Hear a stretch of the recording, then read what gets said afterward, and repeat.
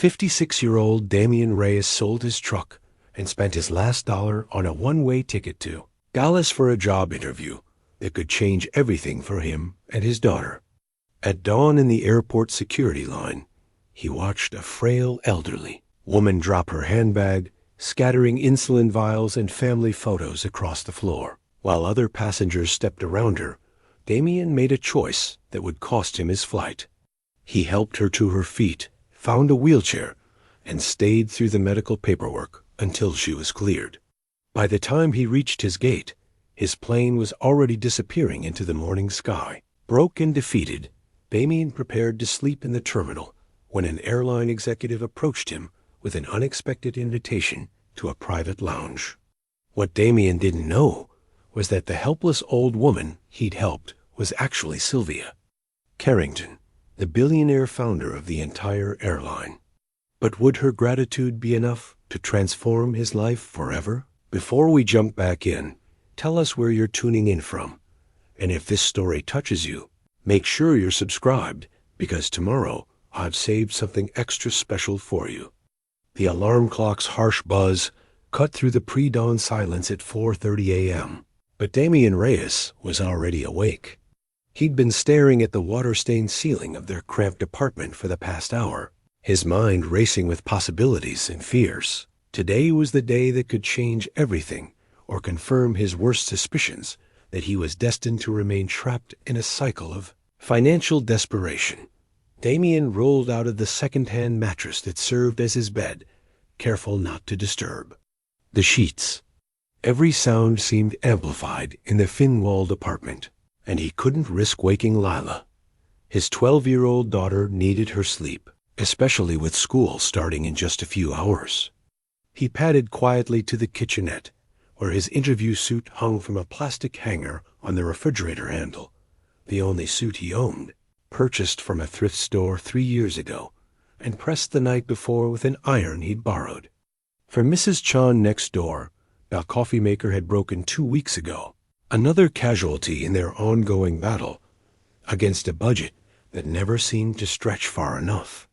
Instead, Damian boiled water in their one decent pot and stirred an instant coffee, the bitter granules dissolving into a dark liquid that would have to substitute for the caffeine he desperately needed. As he sipped the harsh brew, he pulled out his phone and checked his bank balance one more time. $47.23. After the taxi to the airport and the flight to Dallas, he'd have maybe $15 left to his name. The weight of that number settled heavy in his chest. $15, to last until his next unemployment check, assuming he didn't get this job.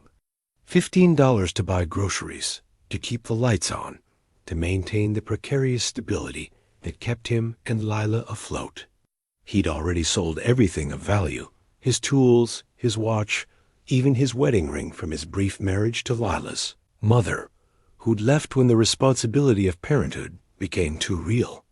Yesterday, he'd finally let go of his pickup truck, the last symbol of his independence, trading it to a used car dealer for just enough cash to cover the plane ticket. Damian heard the soft rustle of blankets from Lila's corner of the studio apartment. She slept behind a curtain he'd hung to give her some privacy, a makeshift bedroom carved out of their shared space. Through the thin fabric, he could see her silhouette as she stirred awake. "Dad?" Her voice was thick with sleep, concern. "Is it time? Go back to sleep, sweetheart?" he whispered. "I've got a few more hours before I need to leave." But Lila was already pushing aside the curtain, her dark hair so much like her mother's falling in messy waves around her shoulders. She wore an oversized t-shirt that had once been his, and despite being only 12, she carried herself with a maturity that both proud and broke Damian's heart. No child should have to grow up as fast as Lila had been forced to.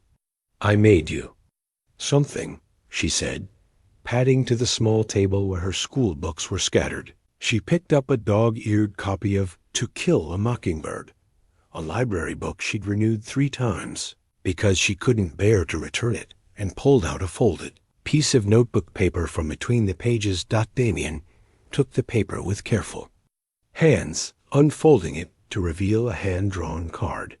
On the front, she'd sketched a simple airplane with "Good luck, Dad," written in her careful cursive. Inside, in pencil that had been pressed so hard it had nearly torn through the paper, she'd written, "You're going to get this job because you're the best dad in the world.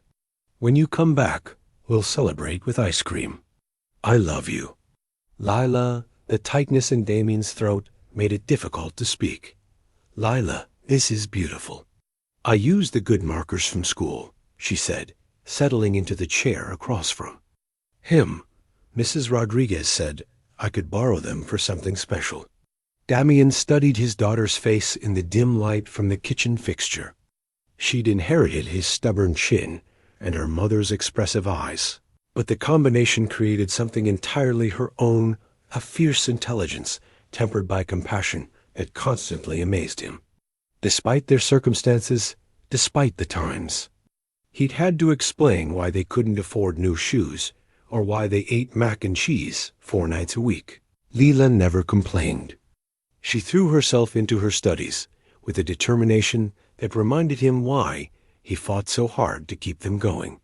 "Tell me about the job again," she said, propping her chin on her hands. Damian had described it to her a dozen times, but he understood her need to hear it again.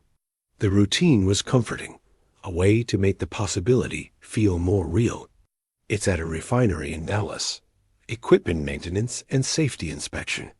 The pay is good, really good. Enough for us to get a 2-bedroom apartment, maybe even in a better school district. And I could have my own room?" Lila's eyes lit up with the same excitement she'd shown every time they'd discussed this possibility.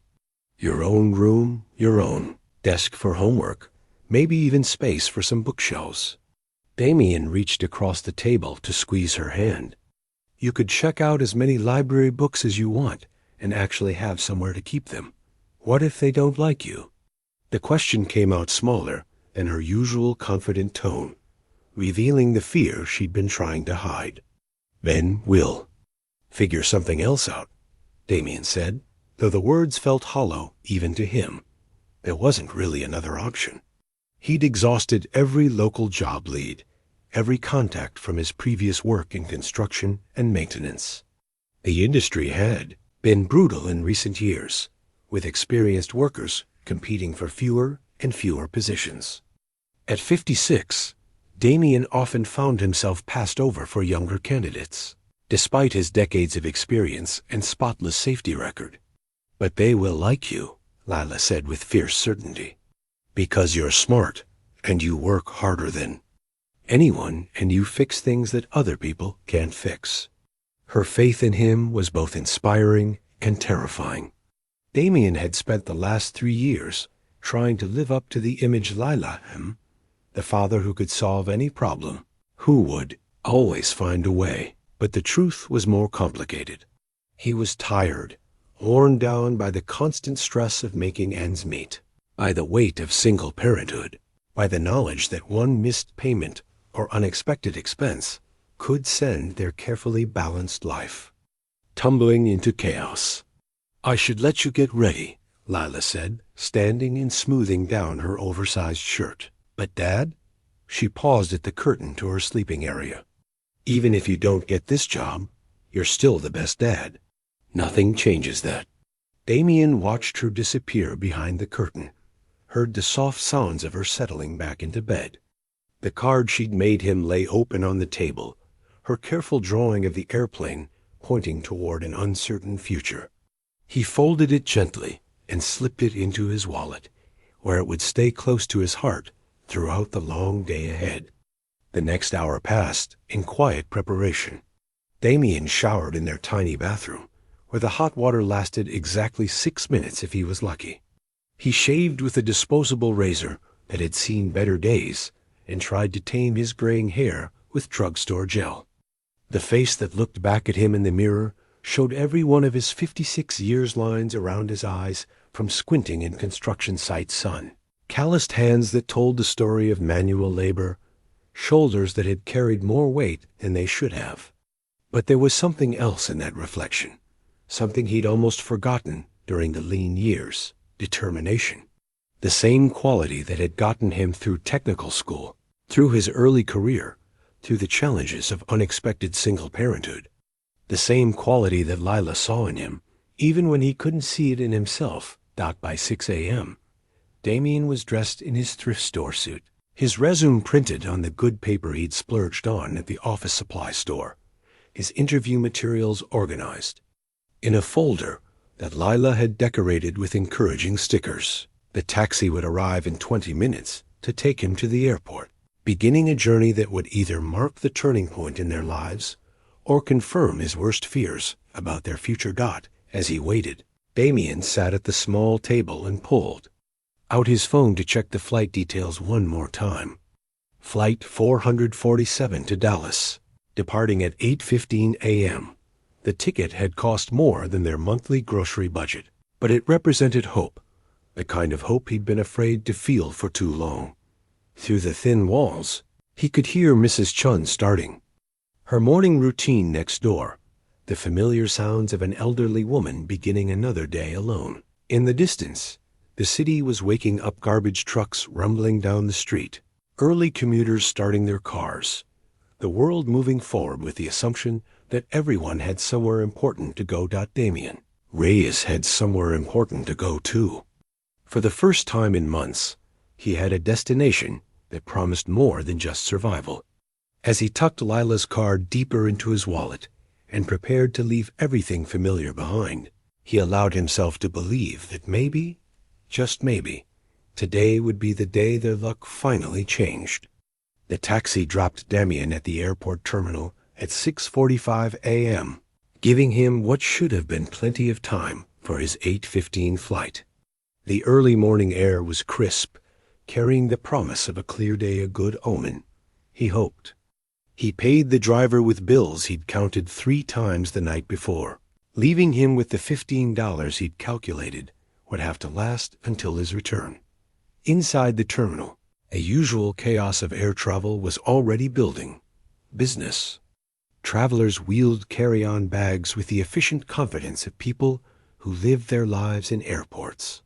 Families clustered around departure boards, parents juggling coffee cups and anxious children.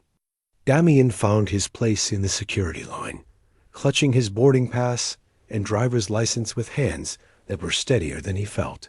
The line moved with typical airport sluggishness, stop and start, a few steps forward and another wait. Damian checked his phone repeatedly, calculating and recalculating the time he'd need to reach his gate. 7:30 a.m. now. Still plenty of time, but the knot in his stomach tightened with each passing minute. 3 people ahead of him, an elderly woman, was struggling with her belongings. She appeared to be in her late 70s, with silver hair pinned back in an elegant style that suggested she'd once been accustomed to better circumstances. Her clothes were quality, a wool coat that had seen many seasons but was well maintained. Sensible shoes that spoke of practicality over fashion. But something about her movements seemed off. A slight tremor in her hands as she tried to organize her carry-on bag. As the line lurched forward again, disaster struck. The woman's handbag slipped from her grasp, hitting the floor with a soft thud that somehow seemed to echo in the busy terminal. The bag's contents scattered across the polished floor, insulin vials rolling in different directions, family photographs sliding under other passengers' feet, prescription bottles skittering toward the security checkpoint. The woman made a soft sound of distress, reaching down toward the scattered items with movements that were clearly painful. Around her, other passengers stepped carefully around the mess, some offering polite but hurried "excuse me" as they navigate around her belongings. A few people glanced down with sympathy, but the urgency of catching flights, the universal airport anxiety, kept them moving forward. Damian didn't think. Later, he would remember this moment as purely instinctual, the same response that had made him a good father, a reliable employee, the kind of person neighbors called when they needed help. He stepped out of line and knelt beside the woman, his interview suit be damned. "Here, let me help you," he said gently, already gathering the scattered insulin vials. Up close, he could see that the woman's hands were shaking more than he'd initially noticed. Not nervousness, but something medical. Diabetes, probably severe, given the amount of medical supplies in her bag. "Oh, you don't need to," she began, but her voice was shaky with embarrassment and what might have been pain. "It's no trouble at all," Damian assured her carefully, collecting the family photographs. He caught glimpses of the images: a young woman in a graduation cap, children at various ages, what looked like a wedding photo from decades past. "Are you feeling all right? Do you need medical attention?"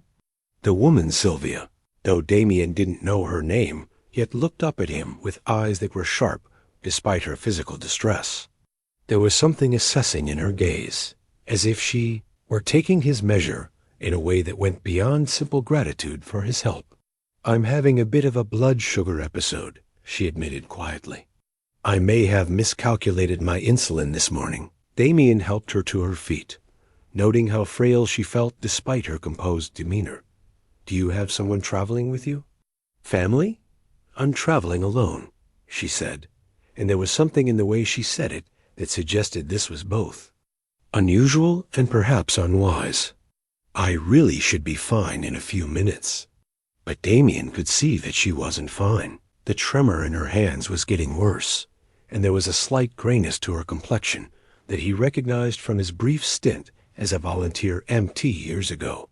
Low blood sugar could be dangerous, especially for someone her age. "I think we should get you some medical assistance," he said firmly but kindly, "just to be safe." The security line had moved forward without them, and Damian could see his gate number appearing on the departure board. His flight would begin boarding in 30 minutes. But looking at this woman, at Sylvia, he knew he couldn't leave her alone in her current state. "I don't want to cause a fuss," she protested, but her voice was weaker now. "No fuss," Damian said, "just being careful." He flagged down a TSA officer, explaining the situation with the calm competence that had served him well in emergency situations throughout his life. Within minutes, airport medical personnel arrived with a wheelchair and glucose tablets. Damian stayed with Sylvia as they checked her blood, sugar dangerously low, and began the process of stabilizing her condition. "Sir, are you family?" one of the medical technicians asked. "No, just a fellow passenger who happened to be nearby," Damian replied, glancing at his watch. 7:50 a.m. Boarding would start soon. "If you need to catch your flight," Sylvia began, but Damian was already shaking his head. "I'm not going anywhere until I know you're okay," he said, and meant it completely. The medical team worked efficiently, but airport protocols required paperwork, verification of her medical information, and a waiting period to ensure her blood. Sugar stabilized. Damian found himself answering questions about what he'd observed, providing his contact information as a witness to the incident. He held Sylvia's purse while they worked, noting again the quality of the items inside expensive reading glasses. A leather checkbook from a bank he didn't recognize, business cards from what appeared to be high-end establishments. "You're missing your flight," Sylvia said when her condition had improved enough for conversation. There was something in her voice, guilt, yes, but also what sounded like surprise. Damian looked up at the departure board. Flight 447 to Dallas was now boarding. Group A. "There'll be other flights," he said, though they both knew that wasn't necessarily true for someone in his financial position. "This is very kind of you," she said, studying his face with those sharp eyes. Most people would have done the same thing," Damian replied, though they both knew that wasn't true either. By the time Sylvia was cleared by medical personnel and able to continue through security, Damian's flight was in the air. He watched through the terminal windows as it taxied down the runway, carrying with it his best hope for employment, for pulling himself and Lila out of their financial spiral. The weight of what he'd lost hit him as he stood alone in the security area, Sylvia having been whisked through the expedited lane by airline personnel who seemed unusually attentive to her needs. His ticket was non-refundable. His interview was scheduled for this afternoon. The company had been clear that they were interviewing candidates this week only. Making decisions immediately, Damian sank into one of the uncomfortable plastic chairs near the security checkpoint. His suit wrinkled now from kneeling on the airport floor, his carefully planned timeline shattered. $15 in his pocket, no return ticket, and nowhere to sleep but the airport terminal until he could figure out his next move. He pulled out his phone to call Lila, to somehow explain how her father had sacrificed their future for a stranger. But before he could dial, he heard his name being called. "Excuse me, Mr. Reyes?" Damian looked up to see a woman in an expensive suit, her hair pulled back in a professional style, her bearing suggesting corporate authority. She held a tablet and wore the kind of confident expression that belonged to someone accustomed to solving problems. "I'm Sarah Mitchell, Chief of Staff for Skyglide Air," she said, extending her hand. "I understand you missed your flight this morning while helping one of our passengers." Damian stood, confused. "I'm sorry. How did you—" "Mrs. Carrington asked me to find you," Sarah continued. "She'd like to speak with you, if you have a moment. Would you be willing to accompany me to our executive lounge?" Damian stared at her, processing the words, but not quite understanding their meaning. "Mrs. Carrington?" "The passenger you helped." "This morning," Sarah clarified, already gesturing toward a corridor Damian hadn't noticed before. "She's quite eager to thank you properly for your assistance." Still bewildered, Damian followed Sarah through the terminal, past gates and shops, and the ordinary chaos of air travel, toward whatever strange turn his already surreal morning was about to take. Sarah Mitchell moved through the airport with the purposeful stride of someone who belonged everywhere and questioned nothing. Damian followed, still processing the surreal turn his morning had taken. They walked past the main terminal's bustle, through a doorway marked "Authorized Personnel Only," and into a corridor that felt distinctly separate from the chaos he'd left behind. "I have to ask," Damian said as they walked, "how did you know my name?" "I don't remember giving it to anyone, except the medical team." Sarah glanced back with a slight smile. "Mrs. Carrington has her ways of finding out what she needs to know. She was quite impressed by your actions this morning." They stopped at an unmarked door that Sarah opened with a key card that appeared to grant access to areas most passengers never saw. Beyond the door lay an elevator with polished brass fixtures and soft lighting that was a world away from the harsh fluorescence of the main terminal. "Executive level," Sarah explained as they rose smoothly upward. "Skyglide Air maintains private facilities in major airports for our board members and special guests." The elevator opened onto what could only be described as a luxury hotel lobby that happened to be suspended above an airport. Rich carpeting muffled their footsteps, and floor-to-ceiling windows provided panoramic views of the runways below. Leather furniture was arranged in intimate conversation areas, and the subtle lighting created an atmosphere of calm that seemed impossible given their location. Damian had worked construction jobs in upscale buildings, had glimpsed the world of corporate luxury from the outside, but he'd never experienced it as anything other than an observer.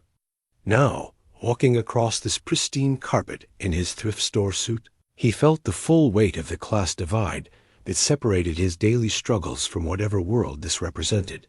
"Can I offer you coffee? Something to eat?" Sarah asked, gesturing toward a buffet area where fresh pastries and fruit were arranged with the kind of casual elegance that suggested money was no object. "Coffee would be great," Damian admitted. He hadn't eaten since the instant coffee and single piece of toast that had constituted his breakfast. Sarah prepared his coffee with the efficiency of someone accustomed to hospitality, using what appeared to be an expensive espresso machine. The coffee, when she handed it to him, was better than anything he'd tasted in years, rich and complex, in a way that made his morning's instant coffee seem like a cruel joke. "Mrs. Carrington will be with you shortly," Sarah said, settling into a chair across from him. She's just finishing up with some medical clearance paperwork. Nothing serious, she added quickly, seeing his concern. Just standard procedure after a blood sugar incident. Damian nodded, sipping the extraordinary coffee and trying to make sense of his surroundings. Through the windows, he could see planes, taxiing and taking off with the regular rhythm of a busy airport. But from this vantage point, the chaos looked orchestrated, almost peaceful. I have to ask, Sarah continued, her tone shifting slightly toward the professional, what you were traveling to Dallas for. Mrs. Carrington mentioned you seemed concerned about missing your flight. Job interview, Damian replied. Refinery work. Equipment maintenance and safety inspection. And you missed it to help a stranger. The way Sarah said it made it sound like a question, though her tone suggested she already knew the answer. Damian set down his coffee cup, suddenly aware that this conversation might be heading somewhere he didn't understand. Anyone would have done the same thing, he said, echoing what he'd told Mrs. Carrington earlier. Would they? Sarah asked. In my experience, airport emergencies tend to bring out either the best or the worst in people. Most choose to prioritize their own schedules. Before Damian could respond, he heard the soft ding of the elevator, and, moments later, Mrs. Carrington Sylvia appeared in the lounge. She looked remarkably different than she had an hour ago. The medical crisis had passed, and whatever treatments she'd received had restored the natural authority to her bearing. She moved with the careful precision of someone who was older, but far from frail, and there was something in her eyes that spoke of sharp intelligence and decades of experience making decisions that mattered. Mr. Reyes, she said, approaching with her hand extended, I wanted to thank you properly for your assistance this morning. Damian stood, accepting her handshake and noting the firmness of her grip. I'm just glad you're feeling better. You gave me quite a scare there. I imagine I did, Sylvia replied, settling into the chair beside Sarah's. My doctor has been warning me about traveling alone, but I'm afraid I'm rather stubborn about maintaining my independence. Independence is important, Damian agreed, thinking of his own struggles to maintain autonomy in the face of financial pressure. But so is accepting help when you need it. Sylvia studied him with those sharp eyes, and Damian had the distinct impression he was being evaluated in ways he didn't understand. Sarah tells me you were traveling to Dallas for employment.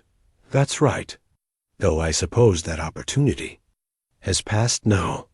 Damian tried to keep the disappointment out of his voice, but suspected he wasn't entirely successful. What kind of work? Refinery maintenance. Safety inspections, equipment repair, preventive maintenance scheduling. I've been in industrial maintenance for over 20 years. And you're willing to relocate for work? Damian hesitated. The truth was complicated.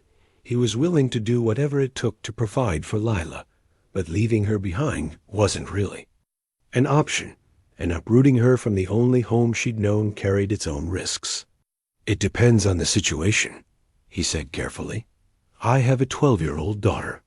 She's my priority in any decision I make. Something shifted in Sylvia's expression. At the mention of Lila, the evaluation in her eyes softened into something that might have been recognition or sympathy. A single father, she said, not quite a question. For the past 8 years, yes. That's not easy. No, Damian agreed. But it's worth it. She's an amazing kid, brilliant actually. Loves to read, does well in school despite everything. She deserves better than what I've been able to provide lately. The honesty of that admission surprised him. He wasn't usually so forthcoming with strangers, but something about this strange morning, about missing his flight and finding himself in this impossible luxury, had stripped away his usual protective barriers. Sylvia and Sarah exchanged a look that Damian couldn't interpret, but it seemed to carry significance. Mr. Reyes, Sylvia said finally, would you be interested in hearing about a different opportunity? Something that might not require you to relocate, or at least not relocate. Far? Damian felt a flicker of something that might have been hope, though he was afraid to let it grow too strong. "I'd be interested in hearing about anything, honestly." "Sarah," Sylvia said, turning to her assistant, "could you pull up the specifications for the maintenance supervisor position we've been trying to fill at the regional facility?" As Sarah began working on her tablet, Sylvia turned back to Damian. "Tell me, Mr. Reyes, in your professional opinion, what's the most important quality in someone responsible for safety and maintenance in an industrial setting?" Damian considered the question, sensing that his answer mattered more than the casual tone suggested. "Attention to detail, obviously. Technical competence.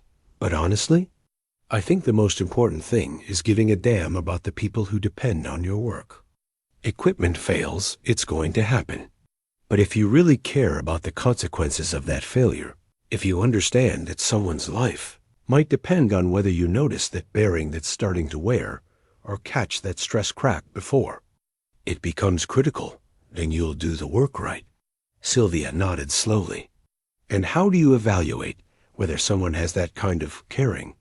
"You watch how they treat people when there's nothing in it for them," Damian replied without hesitation. "You watch what they do when no one's looking, when there's no reward except knowing they did the right thing." The silence that followed felt weighted with significance, though Damian wasn't sure why. Through the windows, another plane was taking off, carrying passengers toward destinations and possibilities that suddenly felt both very far away and surprisingly close. Sarah looked up from her tablet with the efficient satisfaction of someone who had found exactly what she was looking for. "The position is available immediately," she announced. "Regional maintenance supervisor for our southeastern facilities, based primarily out of our Atlanta hub, but covering facilities within a 3-hour drive." Damian felt his coffee cup grow heavy in his hands. Atlanta was less than 2 hours from where he and Lila lived, close enough to maintain stability, far enough to represent a real change. What kind of facilities? "Aircraft maintenance hangars, administrative buildings, some cargo operations," Sylvia replied, settling back in her chair with the air of someone preparing for a longer conversation. "The position oversees a team of 12 maintenance professionals and coordinates with safety inspectors from the FAA. "You're talking about airline maintenance," Damian said, a note of uncertainty creeping into his voice. "I don't have experience with aircraft specifically, but you have experience with complex mechanical systems operating under strict safety protocols." Sylvia interrupted gently. "Sarah, show him the technical specifications." As Sarah turned her tablet toward him, Damian found himself looking at detailed schematics and job requirements that, while aircraft-specific, drew heavily on the same principles he'd been applying in industrial settings for decades. Hydraulic systems, electrical maintenance, structural integrity monitoring. The context was different, but the fundamental skills were remarkably similar. "The salary," Sarah continued, "starts at $85,000 annually with performance, bonuses, and full benefits, including health insurance, dental, and a college savings program for dependents." The number hit Damian like a physical blow. $85,000 was more than he'd made in his best year, more than double what he'd been hoping for with the Dallas position. It was the kind of salary that could transform Lila's life private. School if she wanted it, college without crushing debt, the security he'd been dreaming of providing. That's very generous," he managed, though the words felt inadequate. "But I have to ask, why me? You don't know anything about my work history, my qualifications, my references." Sylvia reached into her purse, the same leather bag that had scattered its contents across the airport floor that morning, and pulled out a business card. She handed it to Damian, and as he read it, the final piece of the morning's puzzle clicked into place. "Sylvia Carrington, Chairman Emeritus, Skyglide Airlines," he read aloud, looking up at her with new understanding. "You own the airline." "I founded it, actually," Sylvia corrected with a slight smile. 47 years ago, when people told me a woman had no business starting an airline. I've been Chairman Emeritus for the past 5 years, which means I'm officially retired, but still maintain significant oversight of our operations. Damian stared at the business card, then at the woman who had gone from medical emergency to billionaire airline founder in the span of a morning. And you are traveling alone? In economy? I make a point of flying incognito several times a year, Sylvia explained. It's the only way to see how our frontline staff really treat passengers, how our systems actually work under normal conditions. This morning's flight was supposed to be one of those inspection trips. Supposed to be? Well, I ended up in the terminal medical facility instead of observing our gate operations, Sylvia said with dry humor. Though I'd argue I learned more about our passenger experience than I would have otherwise. Sarah leaned forward. Mrs. Carrington specifically designs these trips to test our customer service protocols. She's been doing them since the airline's early days. And what did you learn this morning? Damian asked, though he suspected he already knew the answer. I learned that while our medical response team is excellent and our staff handled the emergency professionally, only one person in that entire security line cared enough to help a fellow passenger in distress, Sylvia replied. Everyone else had somewhere more important to be. Damian set down his coffee cup, processing the implications of what she was telling him. So this job offer is based on the most important interview you'll ever have, Sylvia finished. One you didn't know you were taking, in a situation where you had nothing to gain and everything to lose. The weight of the morning's decisions settled over Damian with new significance. His choice to help had been instinctual, driven by basic human decency rather than any calculation of personal benefit. But that choice had revealed something about his character that no traditional interview could have uncovered. I still don't understand, he said slowly. You could hire anyone, people with airline experience, advanced degrees, connections in the industry. I could, Sylvia agreed, and often do. But technical skills can be taught. Industry knowledge can be learned. What I saw from you this morning, the genuine concern for another person's welfare, that willingness to sacrifice your own interests for someone who needed help, that's not something you can teach someone in their 50s. Either you have it or you don't. She paused, her sharp eyes studying his face. Plus, I did a little research while I was dealing with the medical paperwork. Your former supervisors speak very highly of your work ethic and reliability. Your safety record is spotless. And your financial situation suggests someone who understands the value of steady employment. Damian felt heat rise in his cheeks at the mention of his financial circumstances. You investigated my background? I'm offering you a position of significant responsibility, Sylvia replied matter-of-factly. Of course I investigated your background. What I found was a man who's been knocked down by circumstances, but never stopped fighting for his daughter's future. Someone who's made difficult choices with integrity, even when easier options were available.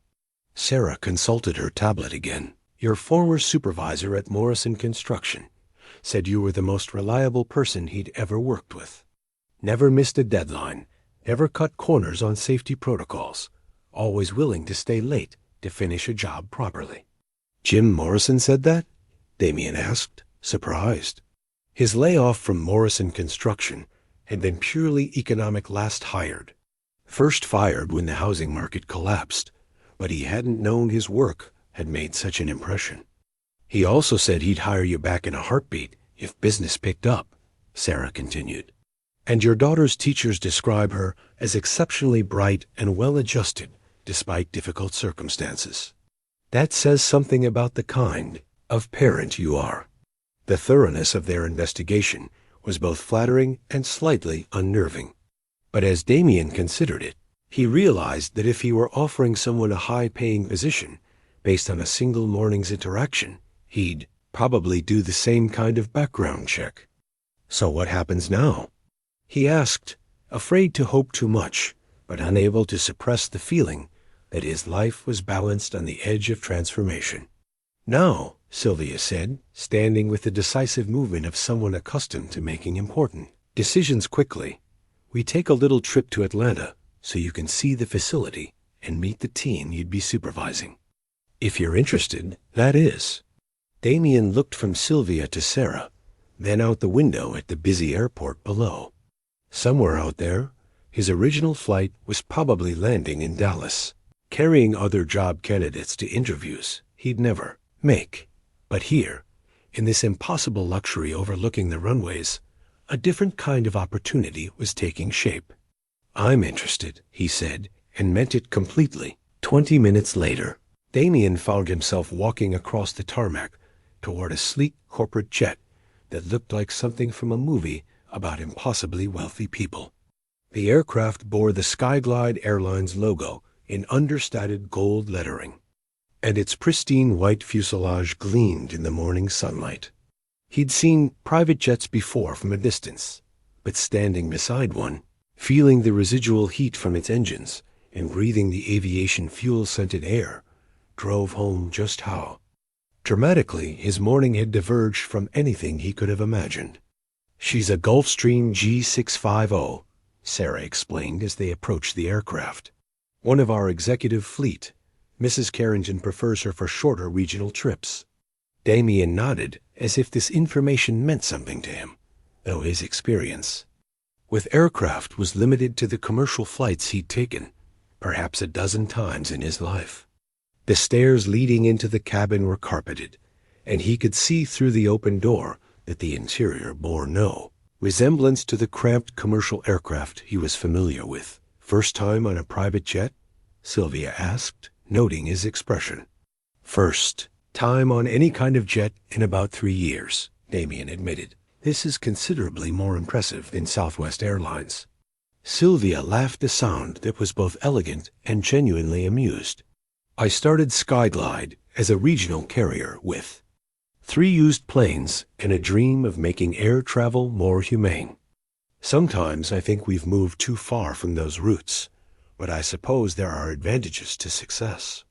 The cabin interior was everything Damian had expected and more. Rich leather seats were arranged in conversation groupings rather than the utilitarian rows of commercial aircraft. The lighting was warm and adjustable, the carpeting thick enough to absorb sound, and the overall atmosphere suggested a high-end hotel suite that happened to be capable of flight. "Please, sit anywhere you'd like," Sarah said, gesturing toward the seating options. "Flight time to Atlanta is about 45 minutes.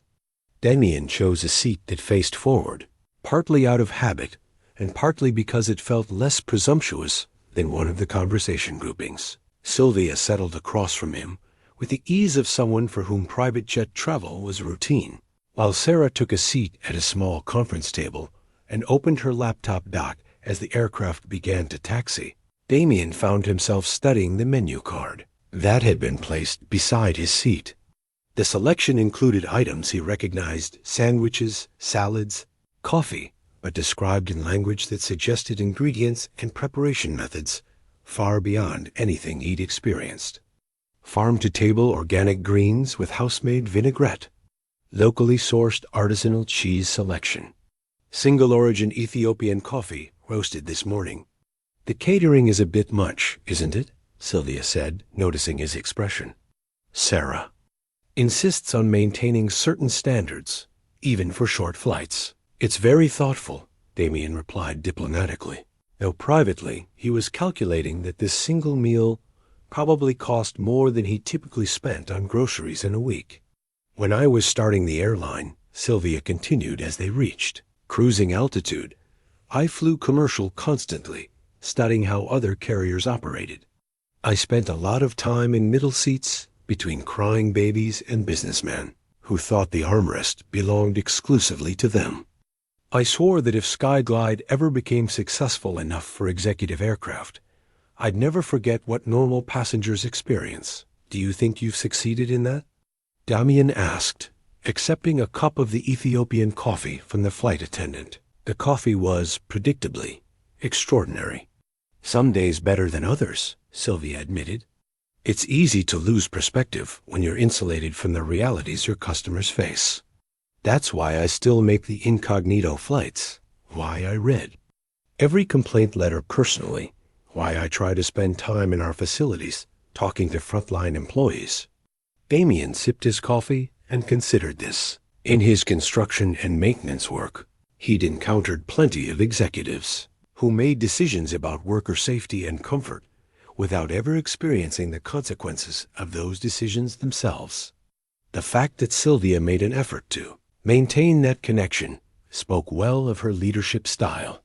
"Tell me about your daughter," Sylvia said, settling back in her seat with her own coffee. "Leela, was it?" "Yes." Damon's face softened automatically at the mention of his daughter. "She's 12, incredibly bright, loves to read.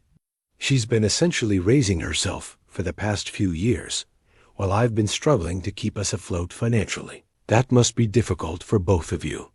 "It is. She's had to grow up faster than any kid should. We live in a studio apartment, share everything, and she's never complained. Not once. She does her homework at the kitchen table while I cook dinner. Helps with grocery shopping. Even helps me prepare for job interviews." He paused, thinking of the card she'd made him that morning. "She deserves so much better than what I've been able to provide." "What does she want to be when she grows up?" "Changes every few months," Damian replied with a smile. "Last month it was marine biologist. This month she's leaning toward aerospace engineer. She checked out every book the library had about space exploration." "Aerospace engineering," Sylvia repeated thoughtfully. "That's not a field many 12-year-olds even know exists." She's always been curious about how things work. When she was 8, she took apart our old radio to see what was inside. Couldn't put it back together, but she understood the concept of circuits and speakers afterward. Sarah looked up from her laptop. "Georgia Tech has an excellent aerospace program." "Georgia Tech costs money we don't have," Damian replied, though without bitterness. "But she's smart enough that maybe scholarships, financial aid, we'll figure something out when the time comes."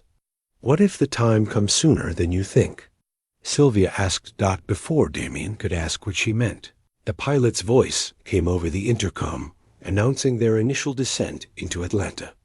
Through the aircraft's large windows, Damian could see the city spreading out below them, a sprawling metropolitan area that represented opportunities and possibilities that had always seemed beyond his reach. "The facility we're visiting is about 20 minutes from the airport," Sarah explained, consulting her tablet. "It's our primary southeastern maintenance hub, responsible for routine maintenance and major overhauls for about 30% of our fleet." "How many people work?" "There? About 250 total," Sylvia replied. "The maintenance supervisor position oversees the day-to-day operations of about 40 maintenance technicians, plus coordination with safety inspectors, parts procurement, and scheduling." Damian felt a familiar flutter of nervousness.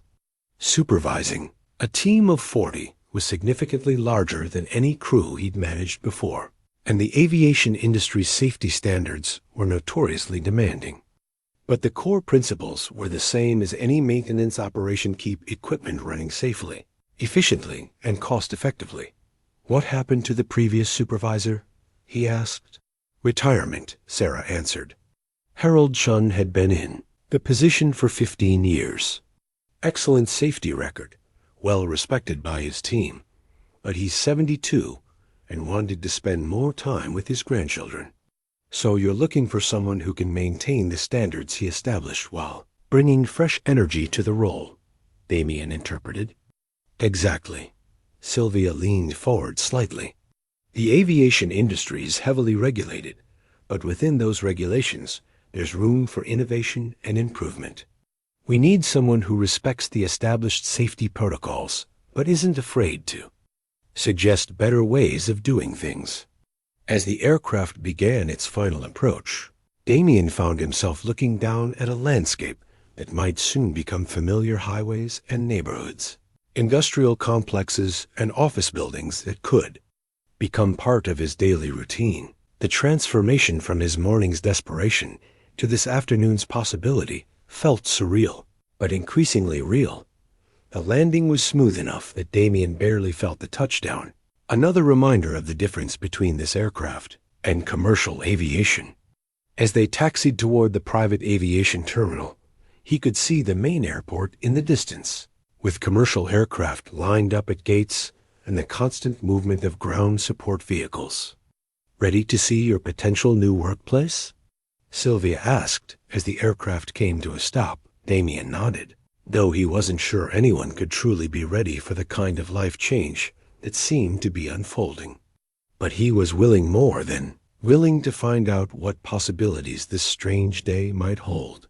The Skyglide maintenance facility was larger than Damian had expected, a sprawling complex of hangars and administrative buildings that spoke of serious industrial operations.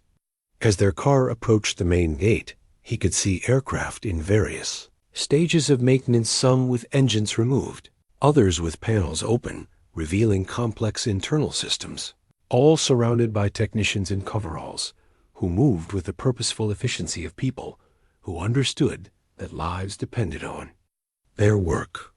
"Impressive, isn't it?" Sylvia said, following his gaze. "When we built this facility 12 years ago, it was designed to handle our entire southeastern fleet. We've expanded twice since then." The security checkpoint was thorough but efficient, with guards who clearly recognized Sylvia, but still followed proper protocols for visitor badges and vehicle inspection. Damian noted the professionalism: no shortcuts, no assumptions, just careful adherence to procedures that were obviously taken seriously. Inside the main hangar, the scale of the operation became even more apparent. A massive Skyglide aircraft, Boeing 737, Sarah informed him, dominated the space, its fuselage supported by hydraulic jacks, while technicians worked on its landing gear. The organized chaos was familiar to Damian from construction sites, but the precision and cleanliness were beyond anything he'd experienced in industrial maintenance. "Safety is everything in aviation," Sylvia explained as they walked through the facility. "One mistake, one shortcut, one failure to follow protocol, and people die. It's that simple." They were met by Marcus Williams, the facility manager, a tall, soft-spoken man in his 40s, who carried himself with the quiet confidence of someone deeply experienced in his field.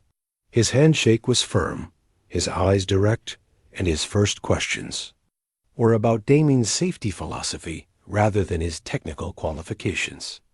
"Mrs. Carrington tells me you might be interested in Harold's old position," Marcus said as they walked through the maintenance bays. "It's demanding work. 40 technicians, round-the-clock operations, FAA inspections that happen without warning. But it's also rewarding if you're the kind of person who takes pride in keeping aircraft safe." "What's the biggest challenge in the role?" Damian asked, watching a team carefully remove an engine component with movements that spoke of extensive training and absolute precision. "Balancing efficiency with thoroughness," Marcus replied without hesitation. "Corporate wants aircraft back in service as quickly as possible. Every day a plane sits in maintenance is lost revenue, but safety can't be compromised, ever. Sometimes that creates tension. How do you handle that tension?" "By hiring supervisors who understand that our reputation and our passengers' lives are worth more than a few hours of flight time," Marcus said, glancing at Sylvia. Harold never wavered on safety standards. Neither can his replacement. They paused beside a workstation where a technician was documenting her inspection of hydraulic lines, photographing each connection and entering detailed notes into a tablet.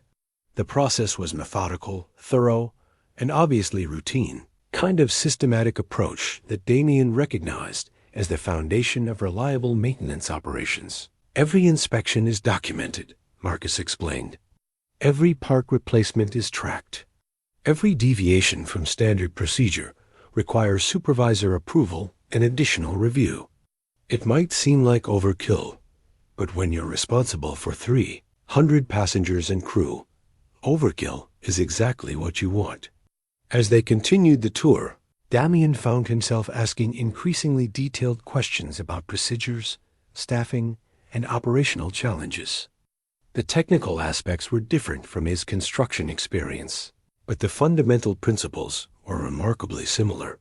Both industries required absolute attention to detail, systematic approaches to complex problems, and unwavering commitment to safety standards. What do you think? Sylvia asked as they settled into Marcus's office for coffee and more detailed discussion. It's intimidating, Damian admitted. The scale, the complexity, the responsibility, it's significantly more than anything I've managed before. But the principles are familiar. Keep equipment running safely, maintain detailed records, manage teams effectively, never compromise on safety. Those are universal in any maintenance operation. Marcus nodded approvingly. That's exactly the right answer. The specifics can be. Learn it. The attitude has to be built in. Tell me about the team, Damian said. What are they like to work with? Dedicated professionals, mostly, Marcus replied. Average tenure is about 8 years, which is good for this industry. They take pride in their work, understand the importance of what they do. Harold was well respected because he backed his people when they made safety calls, even when it meant delays or increased costs. Have there been situations where safety and efficiency conflicted? Regularly, Marcus said frankly. Last month, a technician found a stress crack in a wing component during routine inspection. Officially, it was within acceptable parameters. Could have signed off on it. But she was uncomfortable with the crack's location and recommended replacement. That decision grounded the aircraft for 3 additional days and cost about $50,000 in parts and labor. What did Harold do? Backed her completely. Ordered the replacement, documented the decision, and made sure she knew she'd done exactly the right thing. Turned out the crack was worse than initial inspection suggested. If we'd missed it, it could have been catastrophic. Damian absorbed this, understanding the weight of such decisions. And upper management supported that call? I did, Sylvia interjected, and I always will. We've built Skyglide's reputation on safety, and that reputation is worth far more than any short-term cost savings. She reached into her purse and pulled out a small framed photograph, setting it on Marcus's desk where Damian could see it. The image showed a much younger Sylvia standing beside a small aircraft, her hand resting proudly on its wing. That's my first plane, she said, her voice carrying the weight of memory. A used Cessna 172 that I bought with my life savings, and a loan I probably couldn't afford. I learned to fly in that plane, started giving flying lessons to pay for maintenance and fuel. It wasn't much, but it was mine. Damian studied the photograph, noting the determination in young Sylvia's eyes, the way she stood as if claiming ownership of her future. What happened to it? Still have it, actually. It's hangared at my private airstrip. I still take it up sometimes when I need to remember where all this started. She paused, her gaze growing distant. My husband used to say that plane represented everything good about aviation: simple, reliable, honest. No corporate politics, no quarterly profit pressures, just the fundamental challenge of keeping something mechanical and complex working safely. Your husband was a pilot too? Aircraft mechanic, actually. Robert understood aircraft systems better than anyone I ever met. He could diagnose problems just by listening to an engine, spot potential failures before they showed up on instruments. He taught me that safety isn't about following rules. It's about truly understanding your equipment and respecting what can go wrong. There was something in Sylvia's voice when she spoke about her husband that suggested loss, and Damian felt the familiar recognition of someone who understood what it meant to face life's challenges alone. He sounds like someone who would have understood the importance of what you do here, Damian said carefully. He would have, Sylvia agreed. He died 15 years ago, heart attack at 62. Never got to see Skyglide become what it is today, but I think he'd be proud of the safety culture we've built. The shared understanding of loss hung in the air between them. Two people who had faced the challenge of moving forward after life had taken away someone essential. It added another layer to the connection that had begun that morning in the airport, a recognition that both understood the weight of responsibility and the importance of the people depending on them. The position comes with significant benefits, Marcus said, steering the conversation back to practical matters.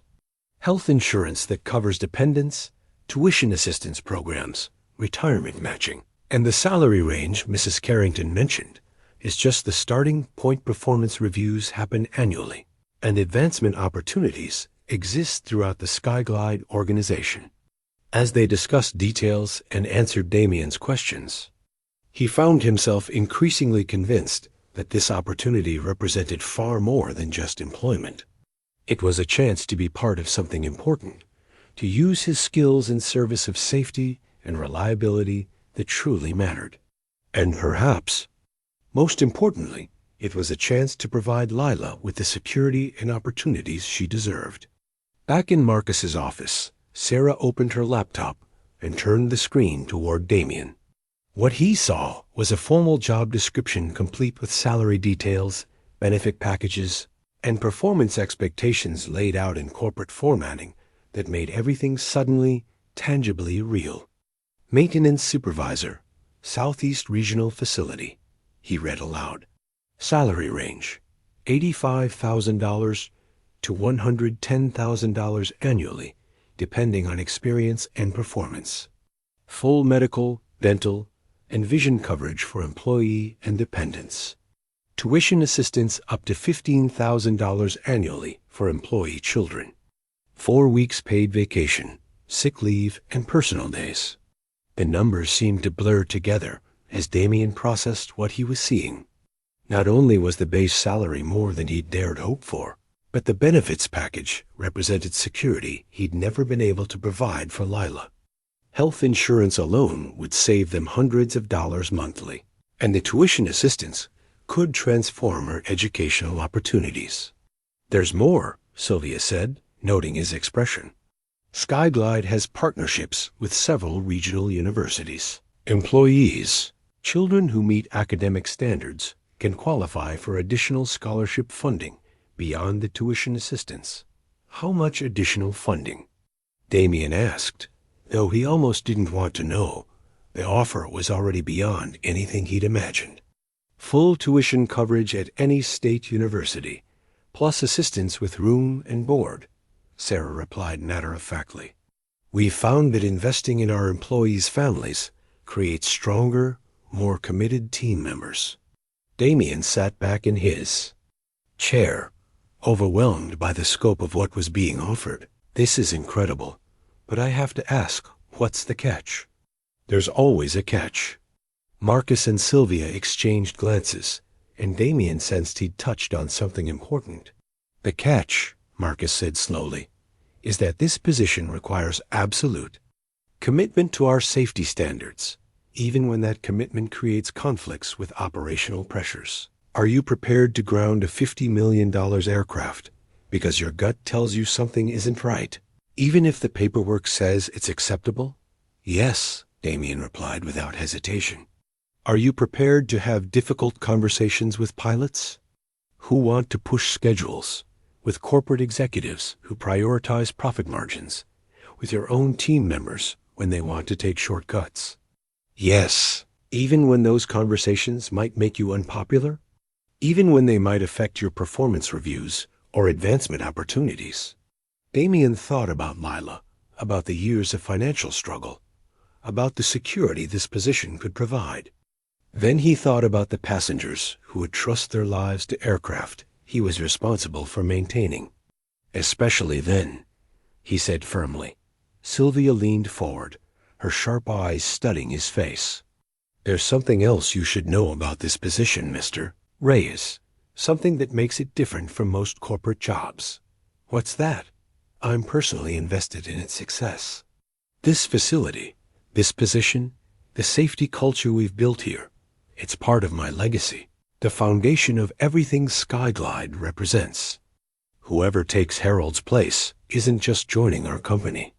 They're becoming stewards of standards that took decades to develop. Sarah consulted her laptop again. Mrs. Carrington reviews the performance of key safety positions quarterly, not through reports or secondhand information, but through direct observation and conversation. Which means, Sylvia continued, that you'll be working for someone who understands exactly what you're doing and why it matters.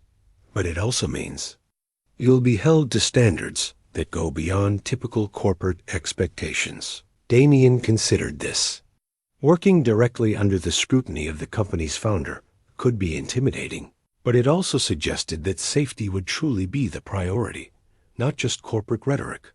What would my start date be? 2 weeks, Marcus replied. Harold agreed to stay on for transition training, and we'd want you to spend that time learning our specific procedures and getting to know the team. And the location?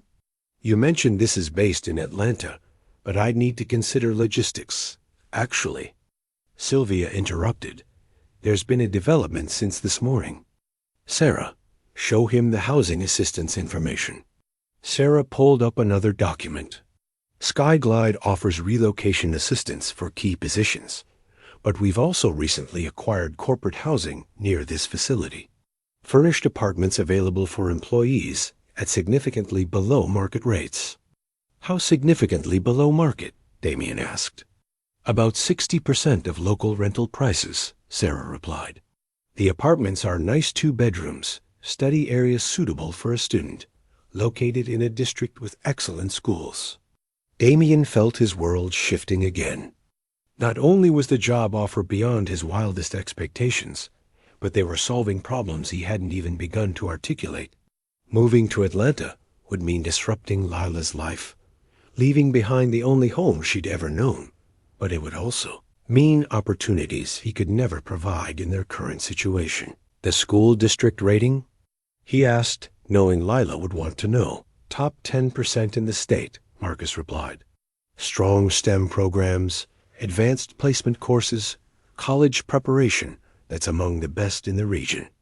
And if Lila wants to pursue aerospace engineering, Georgia Tech is less than 30 minutes away, Sylvia added. She could potentially take dual enrollment courses during high school, get a head start on her college education. The offer was becoming almost surreal in its completeness. Every concern Damian might raise seemed to have been anticipated and addressed. It was either an incredible stroke of fortune or too good to be true, and he wasn't sure which possibility was more frightening. I need to discuss this with Lila, he said finally. This would be a huge change for our new school, new city, leaving behind everything familiar. Of course, Sylvia agreed, but perhaps she'd like to see what we're offering before you make a final decision. You want her to visit Atlanta? I want her to understand what her future could look like, Sylvia replied. Sometimes the biggest limitation on our dreams is simply not knowing what's possible. Sarah was already working on her laptop again. There's a Skyglide flight leaving for your hometown at 4:30 this afternoon. That would get you home in time for dinner with Lila. Then, if you're both interested, we could arrange for you to bring her back this weekend to see the facility, visit the schools, get a feel for the area. On another corporate jet? Commercial flight, Sylvia said with a smile. First class, but commercial. I don't want to overwhelm the poor child completely. Damian looked around the office, at the job description still displayed on Sarah's laptop, at the framed photograph of Sylvia's first airplane, at Marcus, who was watching this conversation with the patient attention of someone who understood exactly how life-changing this moment could be. Can I call her? He asked. I'd like to hear her voice before I make any decisions. Of course, Sylvia replied, standing. Take all the time you need. Marcus and I will be in the hangar if you have any other questions. As they left him alone in the office, Damian pulled out his phone and stared at Lila's number. In a few minutes, he would either be telling his daughter that their struggles were over, or explaining why her father had been offered everything they'd ever dreamed of, and still wasn't sure it was real. Damian's hands trembled slightly as he dialed Lila's number. Through Marcus's office window, he could see technicians working on the Boeing 737, their movements precise and unhurried despite the complexity of their tasks. In a few hours, passengers would board that aircraft, trusting that every bolt, every wire, every system had been properly maintained and inspected. The weight of that responsibility felt both overwhelming and oddly comforting. "Dad?" Leela's voice came through clear and bright, carrying the familiar mix of excitement and worry that had characterized their relationship since his unemployment began. "How did the interview go? Are you okay?" "I've been checking the time every 5 minutes." "I'm fine, sweetheart," Damian said, settling back in Marcus's chair. "But the interview, well, it didn't go exactly as planned."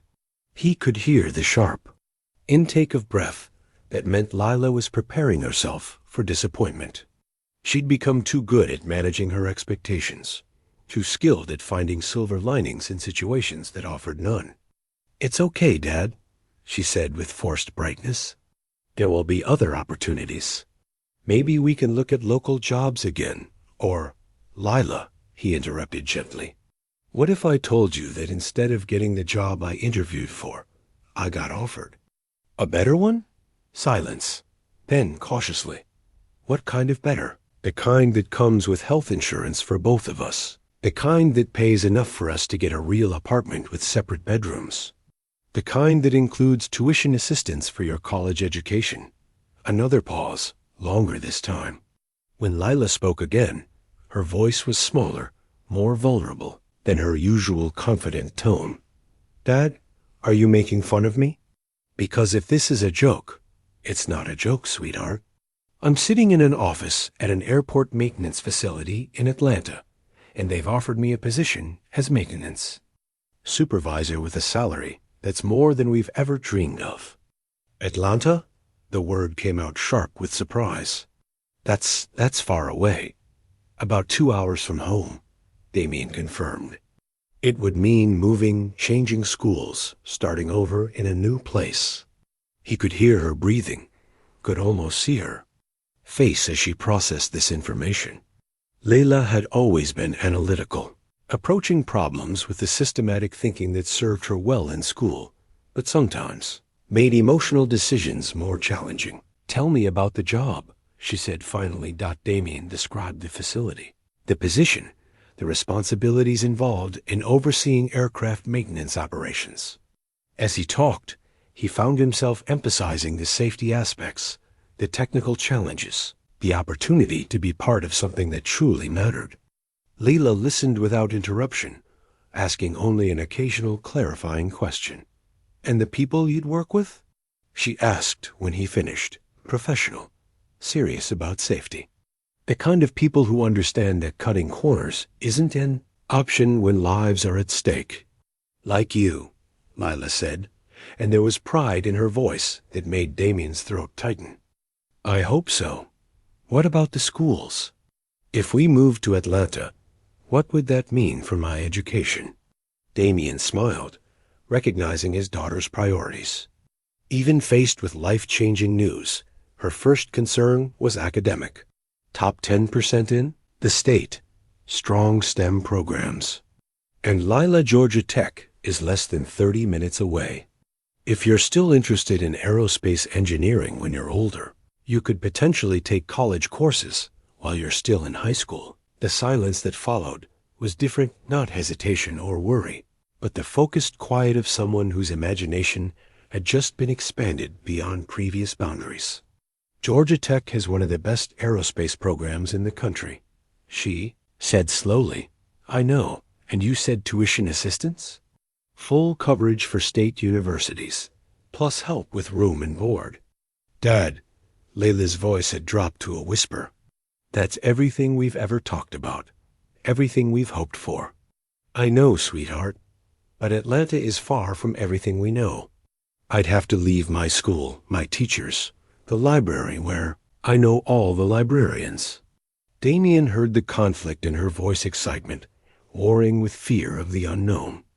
It was the same internal battle he'd been fighting since Sylvia first mentioned the position. "What do you think we should do?" he asked, genuinely wanting her input. "I think," Lila said carefully, "that we should learn more before we decide." Can we visit? Can I see the schools? The area where we'd live? They've offered to fly us both back this weekend, so you can see everything firsthand. On the corporate jet? Damian laughed. Commercial flight, first class. Apparently, Mrs. Carrington doesn't want to overwhelm you completely. Mrs. Carrington is the one who offered you the job? It's a long story. I'll tell you everything when I get home tonight. Dad? Lila's voice had grown serious again. Is this real? This isn't going to disappear like other opportunities have? The question hit Damian hard, reminding him of how many times their hopes had been raised, only to be dashed by economic realities or circumstances beyond their control. Lila had learned to be cautious about good news, to protect herself from disappointment by not believing too completely in positive possibilities.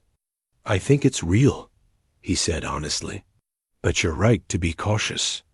We should ask questions, examine every detail, make sure we understand exactly what we're getting into. Okay. She paused, and when she spoke again, there was a note of excitement she couldn't quite suppress. But Dad, if it is real, if this really happens, we could have our own rooms. I could have bookshelves. You wouldn't have to worry about money all the time. That's the idea. And you'd be doing important work, safety work that matters. Yes. Then I think we should seriously consider it, even if it means leaving everything familiar behind. Damian felt a surge of pride and love for his daughter's maturity, her ability to weigh possibilities against risks and come to a reasoned conclusion. At 12, she was already demonstrating the kind of analytical thinking that would serve her well in whatever field she ultimately chose. There's one more thing, he said. Mrs. Carrington wants to meet you. She's very interested in making sure you're comfortable with this decision. She wants to meet me? Why? I think she understands that you're the most important factor in any decision I make. She knows this job offer only works if it's good for both of us. What's she like? Damian considered how to describe Sylvia Carrington, the medical emergency that had revealed her vulnerability, the sharp intelligence that had assessed his character, the personal investment she seemed to have in his success. Complicated, he said finally. Brilliant, definitely. Someone who's built something important and wants to make sure it's in good hands. I think you'd like her. I'd like to meet her, Lila said with the decisiveness that always appeared when she'd made up her mind about something. When do we leave for Atlanta? If we decide to go, Friday afternoon. But Lila, Dad, I know you're worried about disrupting my life, about asking me to give up everything familiar. But you know what? Everything familiar isn't that great. Our apartment is too small. Our neighborhood isn't safe, and my school doesn't have the resources for advanced programs. Sometimes familiar just means comfortable with limitations. Damian stared out at the maintenance hangar, watching technicians who were passionate about their work, who took pride in the precision and importance of what they did every day. For the first time in years, he was looking at a future that offered more than just survival. So we're doing this? He asked. We're considering it seriously, Lila corrected. But Dad, I'm proud of you. Whatever happened today, whatever opportunity this represents, you earned it. And if it means I get to see Georgia Tech's campus in person, well, that's just a bonus. As Damian ended the call and prepared to rejoin Sylvia and Marcus, he felt something he hadn't experienced in years, genuine optimism about the future. Whatever challenges lay ahead, whatever adjustments this opportunity would require, he and Lila would face them together, and for the first time in a long time, they'd be facing them from a position of strength rather than desperation. When Damian found Sylvia and Marcus in the hangar, they were deep in conversation with a technician who was explaining the intricacies of engine maintenance scheduling. Sylvia listened with the focused attention of someone who genuinely understood the technical details being discussed, asking questions that demonstrated both knowledge and respect for the expertise of frontline workers. How did your conversation with Lila go? She asked as the technician returned to his work. Better than I expected, Damian replied. She's cautious, which is smart given our history, but she's interested. She wants to visit this weekend, see the schools, meet you, if that's still something you'd like to do. I'd be delighted to meet her, Sylvia said warmly. Bright children who faced adversity often have perspectives that adults can learn from. Marcus consulted his watch. If you're planning to catch that 4:30 flight, we should probably head back to the airport soon. But first, he gestured toward a conference room visible through glass walls at the far end of the hangar. There's some paperwork we should handle. The conference room was simply furnished, but professional, with a large table surrounded by chairs and windows that looked out onto the maintenance operations. Sarah was already there, her laptop open and several documents spread across the table in organized stacks. If you're ready to move forward, she said, we have the employment contract prepared for your review. Damian took the document she offered, official letterhead, legal language, and details that made everything suddenly irrevocably real. As he read through the terms, each clause seemed to confirm that this opportunity was exactly what it appeared to be: comprehensive, generous, and structured to provide long-term security for both him and Lila. Take your time, Sylvia said, settling into a chair across from him. Read everything carefully. Ask questions about anything you don't understand. The contract was thorough, but straightforward. Salary details matched what they'd discussed. Benefits were clearly outlined, and the performance expectations were demanding but fair. There were clauses about safety compliance, continuing education requirements, and advancement opportunities within the Skyglide organization. The probationary period is 90 days, Damian noted. Standard for supervisory positions, Marcus. Confirmed. But given the circumstances of your hiring and Mrs. Carrington's personal recommendation, I'd say that's more formality than genuine concern. What happens if it doesn't work out? Damian asked. If I'm not suited for aviation maintenance, or if the team doesn't accept my leadership, then we'll know within those 90 days, Sylvia replied honestly. But Mr. Reyes, I've spent 47 years building this company by learning to read people accurately. This morning, you demonstrated exactly the kind of character and judgment I want in someone responsible for safety operations. I'm not worried about your ability to succeed in this role. Sarah handed him a pen, not a disposable ballpoint, but something substantial, with weight and importance that seemed appropriate for signing documents that would reshape his life. Before you sign, Sylvia said, I want you to understand something. This isn't charity. This isn't me feeling sorry for someone who's had a difficult time. This is a business decision based on my assessment of your qualifications and character. Skyglide succeeds when we hire people who share our values and commitment to excellence. I understand, Damian replied, and I appreciate that distinction. Good, because I expect you to hold yourself and your team to the highest standards. I expect you to make decisions based on safety rather than convenience. And I expect you to remember that every aircraft that leaves this facility carries people who trust us with their lives. Damian looked down at the contract, then at the maintenance. Operations visible through the conference room windows. Technicians moved with practiced efficiency, each focused on tasks that seemed routine but carried enormous responsibility. In a few weeks, he could be supervising those operations, ensuring that Skyglide's safety standards were maintained and exceeded. What made you start the airline? He asked Sylvia suddenly. She smiled at the unexpected question. Stubbornness, mostly. I was a pilot when there weren't many women in aviation. I got tired of being told what I couldn't do, so I decided to create a company where competence mattered more than convention. And it worked, eventually. We nearly went bankrupt twice in the first 5 years.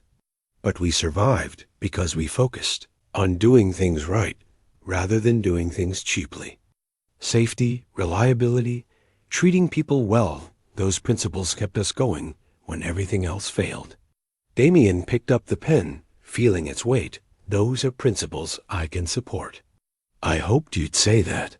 He signed his name with careful deliberation, each letter committing him to a future that had been unimaginable when he'd awakened that morning. As he completed the signature, Sylvia extended her hand across the table. "Welcome to Skyglide, Mr. Reyes. I look forward to working with you." Her handshake was firm, her eyes direct, and for the first time in years, Damian felt like he was shaking hands with someone who saw him as an equal rather than a supplicant.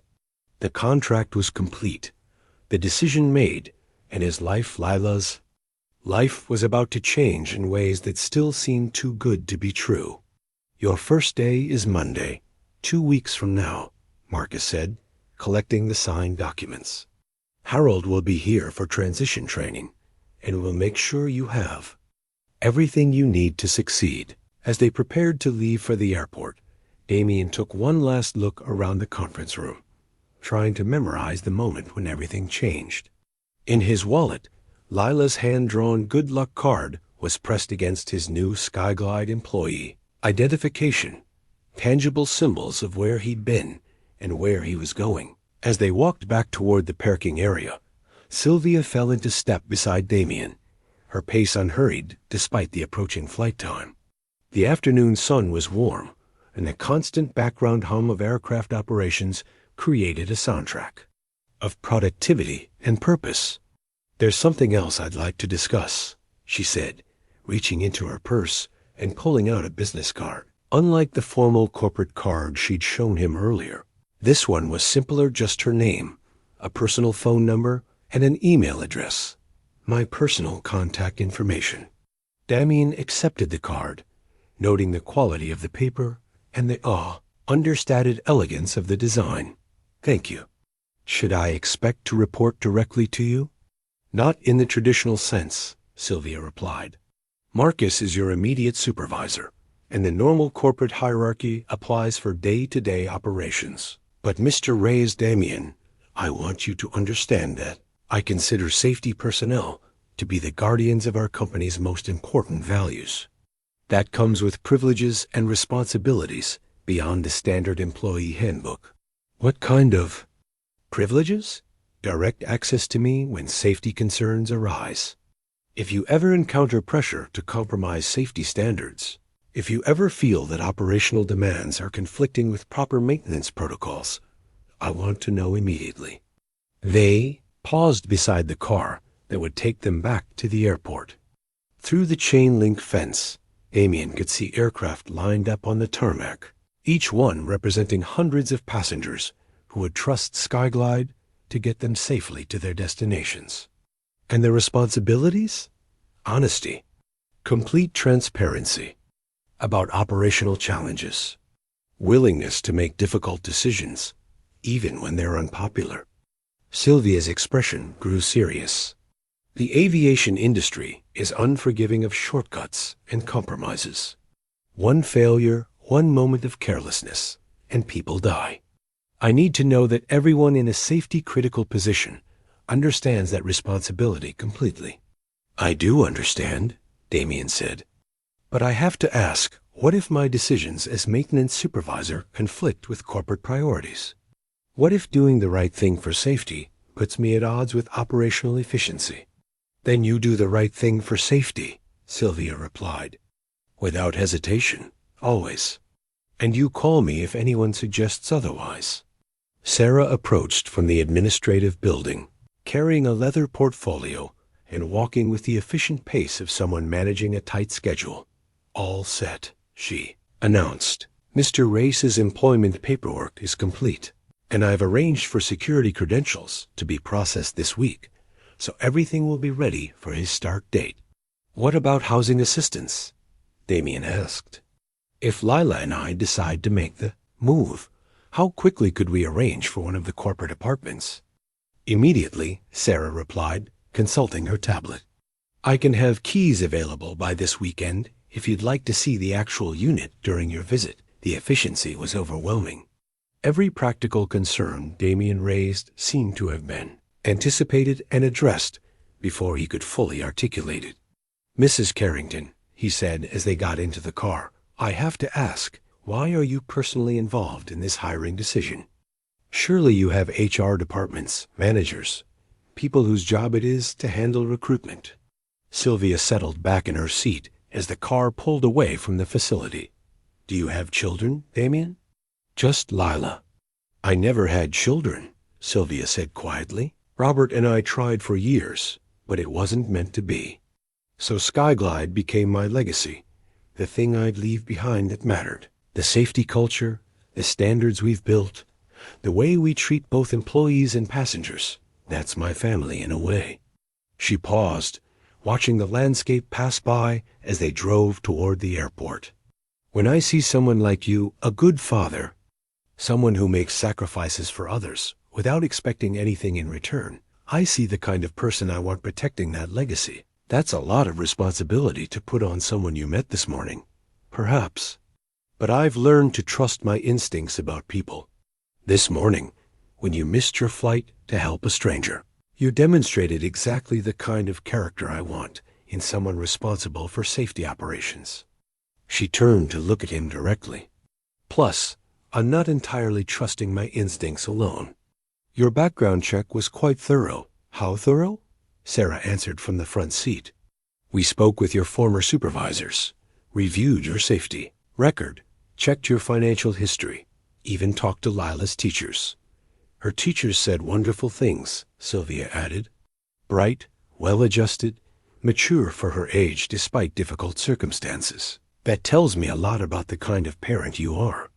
Damian felt a mix of pride and slight unease at the extent of their investigation.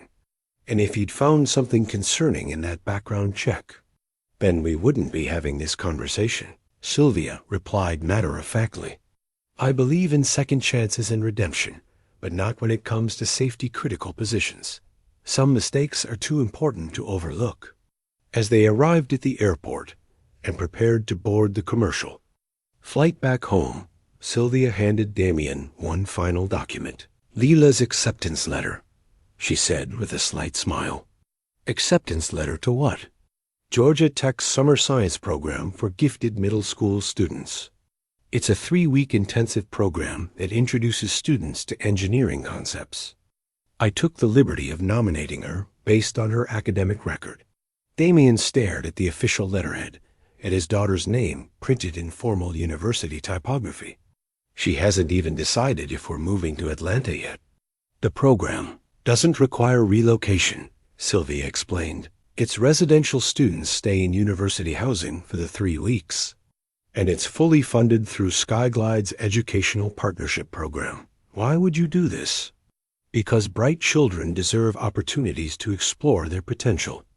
And because if Lila is going to be part of the Skyglide family, I want her to have every advantage we can provide."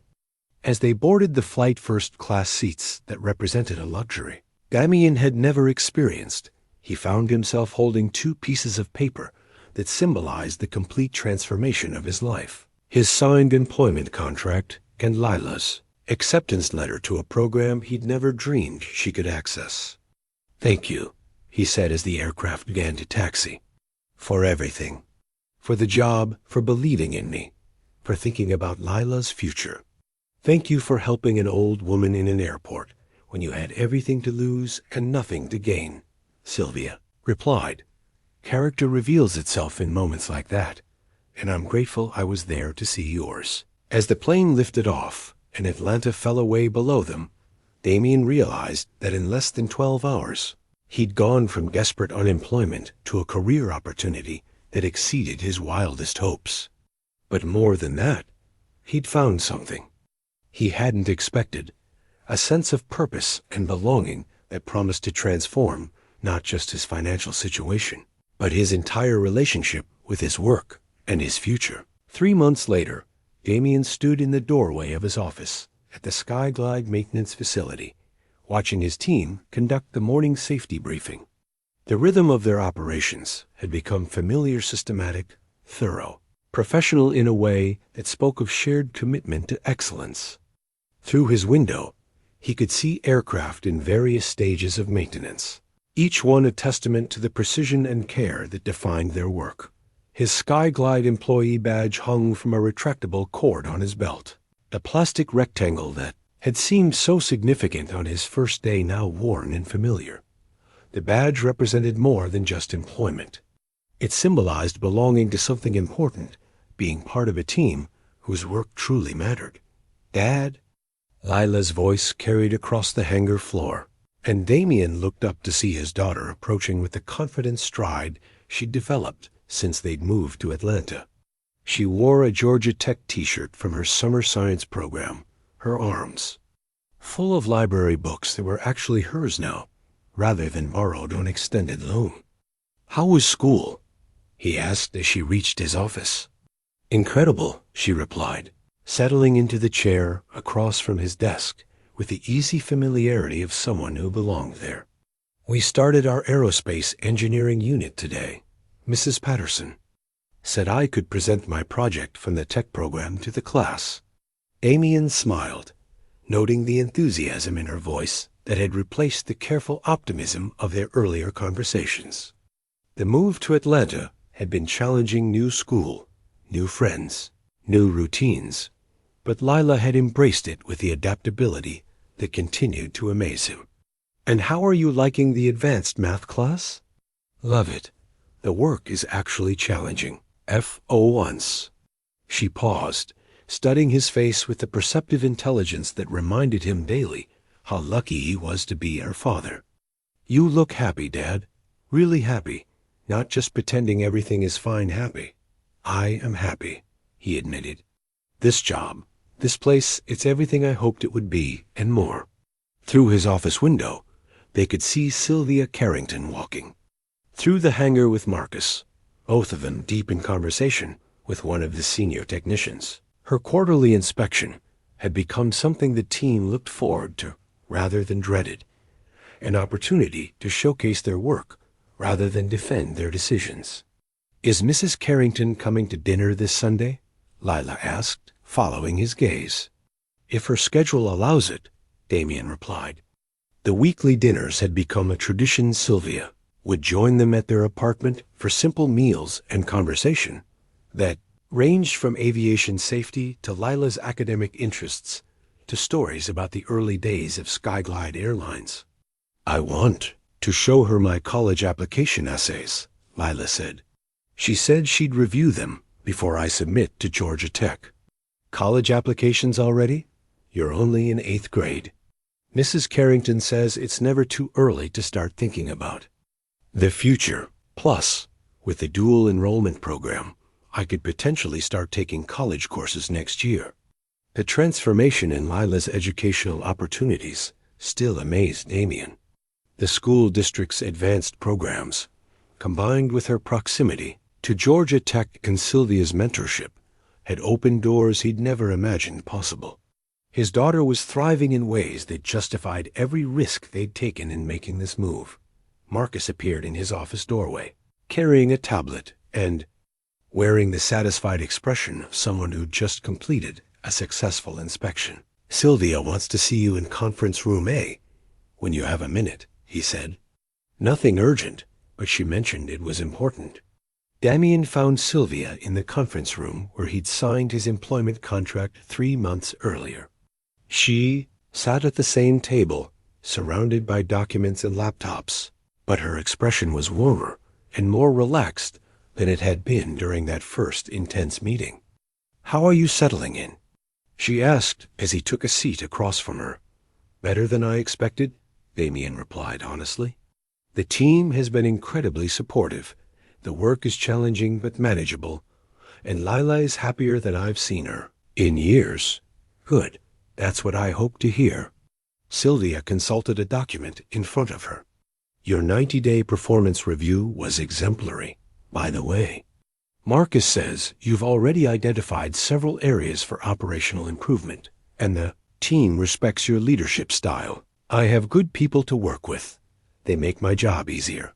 "Spoken like a true leader," Sylvia said with approval. "But I didn't ask you here to discuss performance reviews. I have a proposition for you." She turned her laptop screen toward him, displaying what appeared to be organizational charts and facility layouts.